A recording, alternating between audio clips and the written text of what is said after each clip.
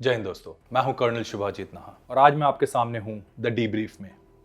Debrief from Monks and warriors. आपने मेरे को पहले देखा होगा कर्नल कौशल कश्यप के साथ। उस एपिसोड में मैंने कुछ टेक्निकल बातें करी थी related to cyber security.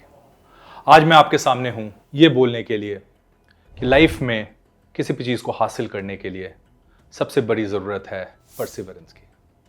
Perseverance क्या है और ये क्यों लाइफ में आपकी सक्सेस या फेलियर को डिसाइड करेगा, बहुत बड़ा फैक्टर है। हिंदी में परसिवरेंस को शायद अड़ियल होना भी बोलते हैं। और क्या ये गलत बात है कि आप अड़ियल हैं? अगर आप किसी अच्छी चीज़ के लिए अड़ियल है तो क्यों नहीं। तो आज डीब्रीफ में मैं एक परसिवरेंस के एनेक्डोट्स जो मेरे पर्सनल लाइफ से रिलेटेड हैं इसके बारे में बात करूंगा। अंग्रेजी में एक कहावत है जिसको मैं आपको हिंदी में बोलूंगा कि जब तक आप रुक नहीं रहे हैं तब तक आपकी मंजिल आपके सामने है, आप उसको हासिल कर सकते हैं। ये कन्फ्यूशियस ने कहा था। ये बहुत बड़ा जिंदगी का सच है कि आपको रुकना नहीं है। अगर आप अपने लाइफ में सक्सेसफुल होना चाहते हैं, अगर आप किसी मुकाम को पाना चाहते हैं तो परसिवरेंस यानी कि अड़ियल होना बहुत ज़रूरी है। नाउ मेरी लाइफ के कुछ एनेक्डोट्स या कुछ कहानियां जो मैं बताना चाहता हूं आज के डीब्रीफ में कि क्यों परसिवरेंस ज़रूरी है, शायद शुरू होगी मेरे बचपन से। बचपन में जब मैंने क्रिकेट खेलना शुरू किया तो आप देख सकते हैं कि मेरी हाइट करीब 6 फीट 4 इंच है। तो मेरी लाइफ में शायद एक ऐसा मुकाम आया जब मैं बहुत जल्दी लंबा हो गया, right. And that was during जब मैं क्लास 9th में था। और जब मैंने क्रिकेट खेलना अच्छी तरह शुरू किया तो मैंने ये देखा कि मेरे आर्म्स बहुत वीक थे और मैं बैटिंग कुछ खास अच्छी तरह से नहीं कर सकता था। उस दिन एक दिन ऐसी कहावत हुई कि स्कूल में बैटिंग करना था और करीब जीतने के लिए कुछ रन चाहिए थे और मैं लास्ट बैट्समैन था। मैं गया और जब मैंने बैटिंग की तो मेरे हाथ कांप रहे थे, मेरे पाँव कांप रहे थे, क्योंकि वो एक बहुत ही बड़ा नर्वस और प्रेशरफुल सिचुएशन था। लेकिन मैंने कहा कि ये करना है, जीतना है। और उस दिन मैंने जब बैटिंग की, मैं नहीं जीता, मैं हारा। मेरे नर्वसनेस ने मेरे ऊपर काबू कर लिया। और उस दिन मैंने रियलाइज किया कि मैं मेंटली शायद वीक हूं, शायद मैं ये गेम नहीं खेल सकता। लेकिन मैंने हार नहीं मानी। मैं गया, मैंने बैटिंग शुरू की, मैंने एक बॉल लगाई अपने छत से और कंटिन्यूस बैटिंग प्रैक्टिस करता रहा जब तक मेरे आर्म्स इतने स्ट्रांग नहीं हो गए कि मैं शायद 10वीं नंबर से पहले नंबर की बैटिंग में ना उतरूं। और 1 साल के अंदर मैं स्कूल की टॉप टीम में था। यहां से मेरी सिखलाई शुरू हुई कि परसिवरेंस होना लाइफ में बहुत जरूरी है। अगला एनेक्डोट मैं ये बताऊंगा आपको जब मेरे स्कूलिंग खत्म हुई और कॉलेज में जाने का वक्त आया।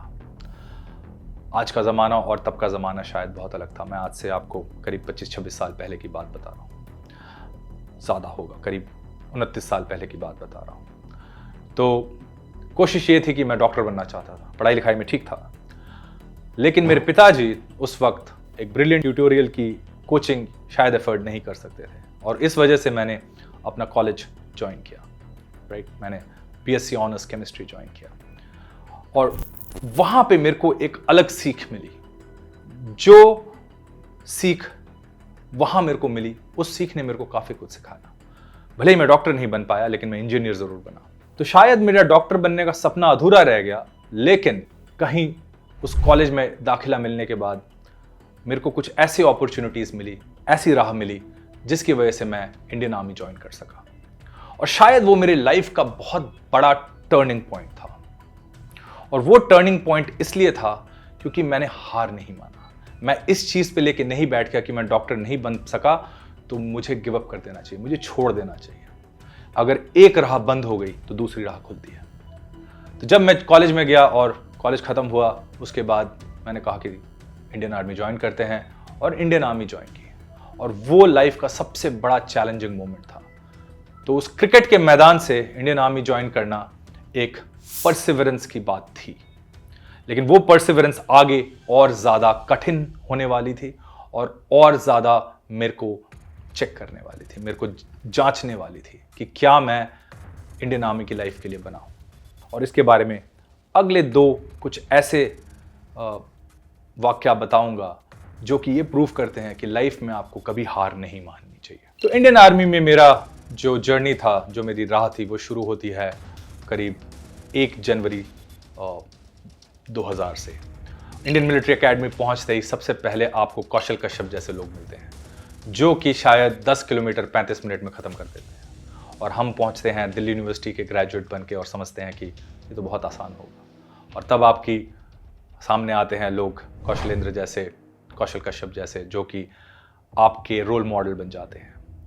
जब भारतीय सैन्य अकादमी में जाते हैं आप, तो आप एक सिविलियन होते हैं, और वहाँ का जो इन्वायरमेंट होता है, वहाँ का जो थॉट प्रोसेस होता है, वो होता है कभी हार ना मानने की। वहाँ पे एक बच्चे को, जो कि 20-21 साल का एक बच्चा होता है, और उसको आप फिजिकली इतना, आई विल से, टॉर्चर करते हैं। फिजिकली आप उसको इतना एक्सपोज करते हैं कि जिस बच्चे ने शायद ज़िंदगी में 2 किलोमीटर भी नहीं भागा होगा, वो आने वाले 6 महीनों में 10 किलोमीटर भागता है। और ये होता है परसिवरेंस की वजह से। और वो परसिवरेंस कैसे बनता है?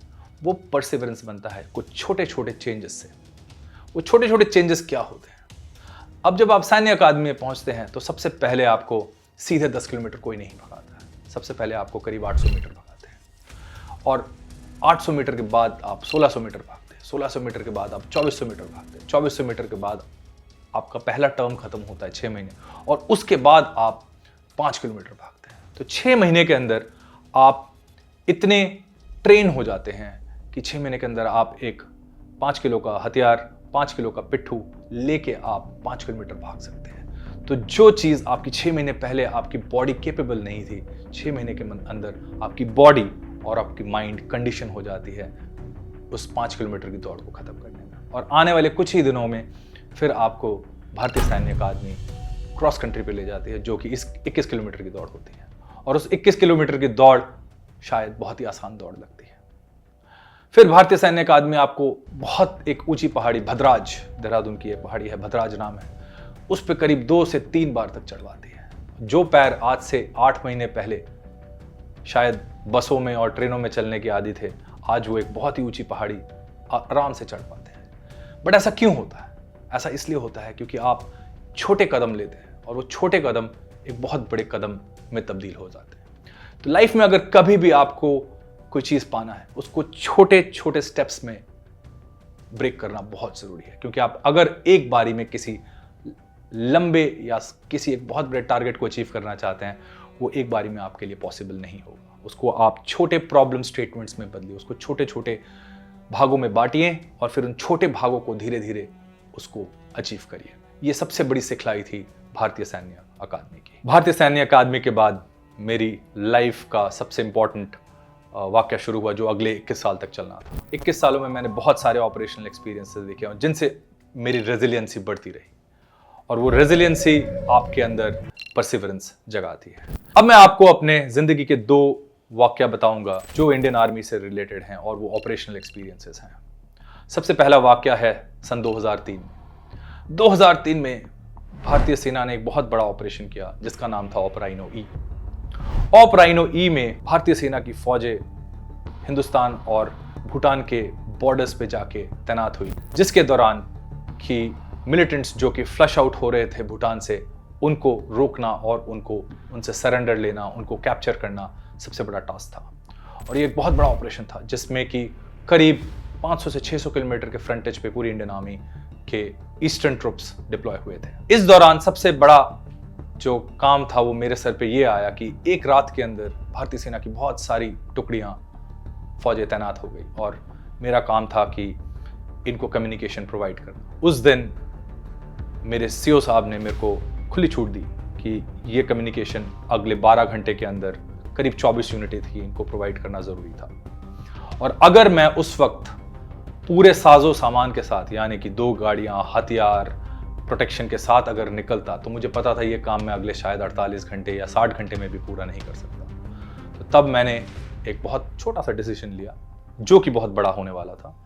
मैंने एक जिप्सी उठाई, उसमें अंदर एक ड्राइवर डाला, सारे इक्विपमेंट उस गाड़ी में लोड किया, और मैं निकल पड़ा सारी यूनिटें को कम्युनिकेशन देने। एक AK-47, 2 मैगजीन और सिविल ड्रेस में हम निकल गए कम्युनिकेशन देने। उन दिनों ना तो जीपीएस होता था, ना गूगल मैप्स होते थे, और आपके पास सिर्फ रोड्स के बारे में नॉलेज होती थी। आप मिलिट्री मैप्स पढ़ के जाते थे और आपको प्रोवाइड करना होता था कम्युनिकेशन। कोई मोबाइल फ़ोन भी नहीं था जिससे कि आपको पता लग सके कि कहाँ पे क्या कम्युनिकेशन देना है।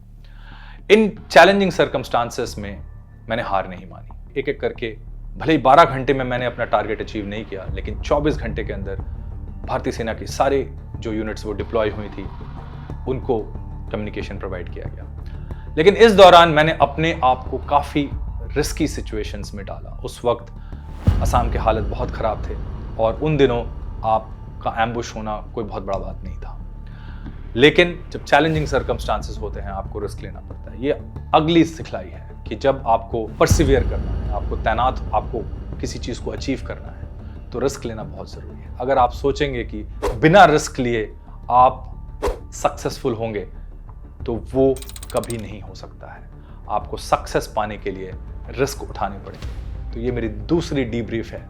इस डीब्रीफ में आपको रिस्क लेना पड़ेगा, याद रखिएगा। मेरा अगला डीब्रीफिंग पॉइंट है, अगर लाइफ में आपको सक्सेसफुल होना है तो मेंटल टफनेस बहुत ज़रूरी चीज़ है। अब मेंटल टफनेस आपकी अपनी प्रॉपर्टी है। वो आपकी तभी डेवलप होगी जब आप जिंदगी में हार नहीं मानेंगे। अगर आपको फेलियर मिलता है सर्कमस्टांसेस में, आप उसको फेलियर को आपको इग्नोर करना पड़ेगा और उस फेलियर को इग्नोर करके ही आप आगे बढ़ सकते हैं। तो मेंटल टफनेस एक बहुत चैलेंजिंग पार्ट है आज की जनरेशन के लिए, क्योंकि आज की जनरेशन एक इजी लाइफ से गुजरी है। इसलिए बहुत ज़रूरी है कि आप अपने आप को स्ट्रेसफुल सिचुएशंस में डालें, आप अपने आप बॉडी को स्ट्रेसफुल सिचुएशंस में डालें, आप अपने माइंड को स्ट्रेसफुल सिचुएशंस में डालें ना। ये वाकया मेरा है जब मैं भारतीय सेना में कमांड कर रहा था। जब कमांड में आप जनरली 600 से 650 लोग आपके अंडर होते हैं और आप उनकी जान के जिम्मेदार हैं, आप उनके वेलफेयर के जिम्मेदार हैं, आप उनकी ऑपरेशनल रेडीनेस, उनकी तैयारी के जिम्मेदार हैं। अब जब मैं कमांड कर रहा था तो हमारी जो मेरी यूनिट थी उसका काम बड़ा सिंपल था। वो थी नदन कमांड के रिजर्व्स, यानी कि नदन कमांड में कहीं भी जम्मू कश्मीर पाकिस्तान से जुड़े हुए सरहद या चाइना से जुड़े हुए सरहद पे कभी भी कुछ होता है तो मेरी यूनिट हमेशा तैनात होगी ही होगी हमारे डिवीजन के साथ। तो ऐसे चैलेंजेस सर्कमस्टांस में कम्युनिकेशन प्रोवाइड करना एक बहुत ही मुश्किल काम होता है और इसके लिए आपको कंटिन्यूसली ट्रेनिंग करनी पड़ेगी। इसके लिए आपको लगातार ट्रेनिंग करती रहनी पड़ती है। हम एक बहुत ही सुंदर जगह, हिमाचल के एक बहुत ही सुंदर जगह में थे और उन जगहों पे, उस पहाड़ियों में हम आराम नहीं करते थे। हम सिर्फ तैयारी करते थे कि शायद पहलगाम जैसी सिचुएशन कभी भी हो सकती है। मेरे कमांड के वक्त 3 बहुत बड़े वाक़ये हुए।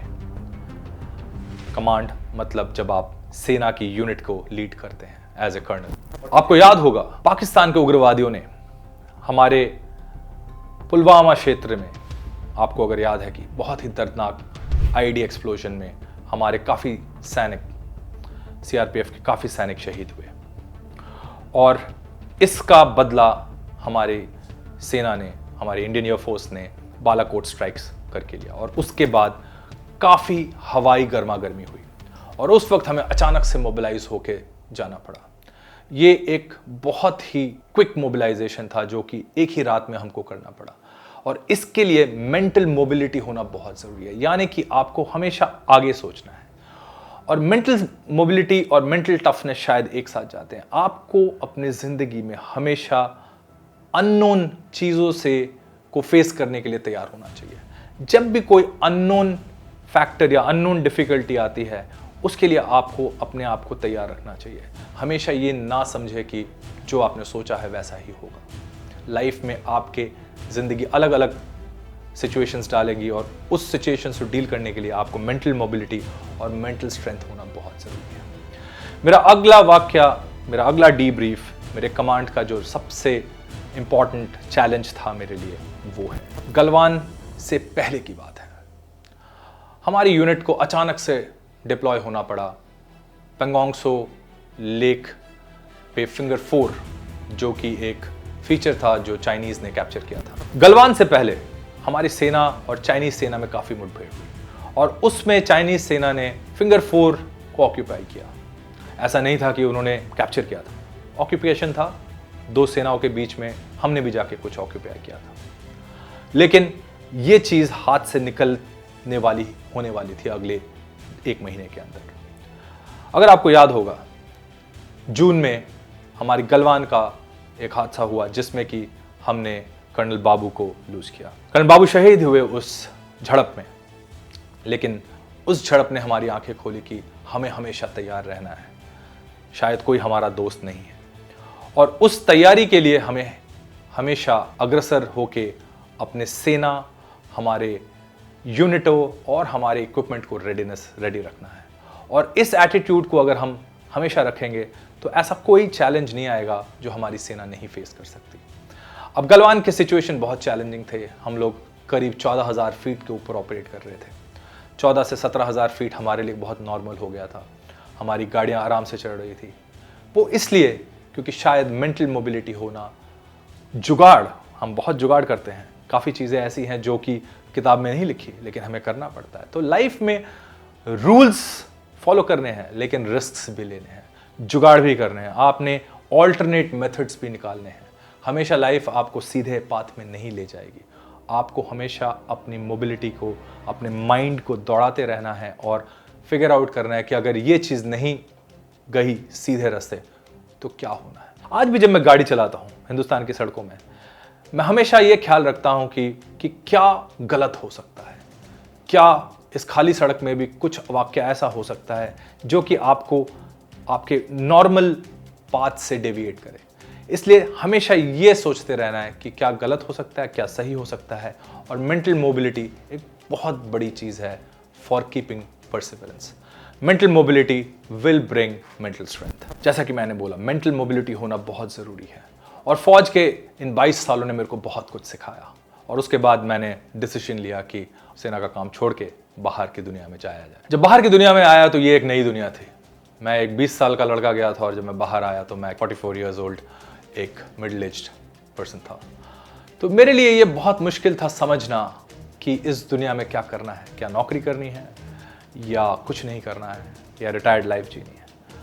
तब मैंने डिसीजन लिया कि कुछ नया करते हैं, लाइफ में डरना नहीं है। जो डर थे इस जिंदगी के, उस डर से डर के आगे जाना था। जैसे कि आपने ऐड में देखा होगा, डर के आगे जीत है। मैंने डिसीजन लिया कि लेट्स डू अ बिजनेस। क्या मैं एक सक्सेसफुल बिजनेसमैन हो सकता हूँ? क्या मेरे में वो क्वालिटीज़ हैं? मुझे नहीं मालूम था। मैंने कोई MBA नहीं किया, मैंने कोई फाइनेंस का कोर्स नहीं किया। मैंने बेसिक सिंपल एटीट्यूड फॉलो किया। इसको बोलते हैं attitude of KISS, keep it simple straight. यानी किसी भी चीज़ को अगर आपको पाना है उसको सिंपल रखें। अगर आप बहुत कॉम्प्लेक्स करेंगे तो शायद आपके लिए जर्नी बहुत कॉम्प्लेक्स हो जाएगी। आप किस को फॉलो करें, किस का मतलब है कीप इट सिंपल स्ट्रेट। अगर आपको कहीं भी जाना है, सबसे स्ट्रेट और सबसे सिंपल पाथ चुनिए। राह में आपके स्ट्रगल्स आएंगे लेकिन पाथ को सिंपल रखिए, पाथ को ज़्यादा कॉम्प्लेक्स ना करें। तो मैंने क्या किया, मैंने कहा मैं सबसे अच्छा क्या हूँ? मैंने कहा मैं एक टेक्नोलॉजिस्ट हूँ। मैं यूट्यूब पे गया, मैंने देखा लोग क्या कर रहे हैं। मैंने कहा देखा लोग पढ़ा रहे हैं यूट्यूब पे। मैंने कहा फिजिक्स वाला पढ़ा रहा है, कोई केमिस्ट्री पढ़ा रहा है।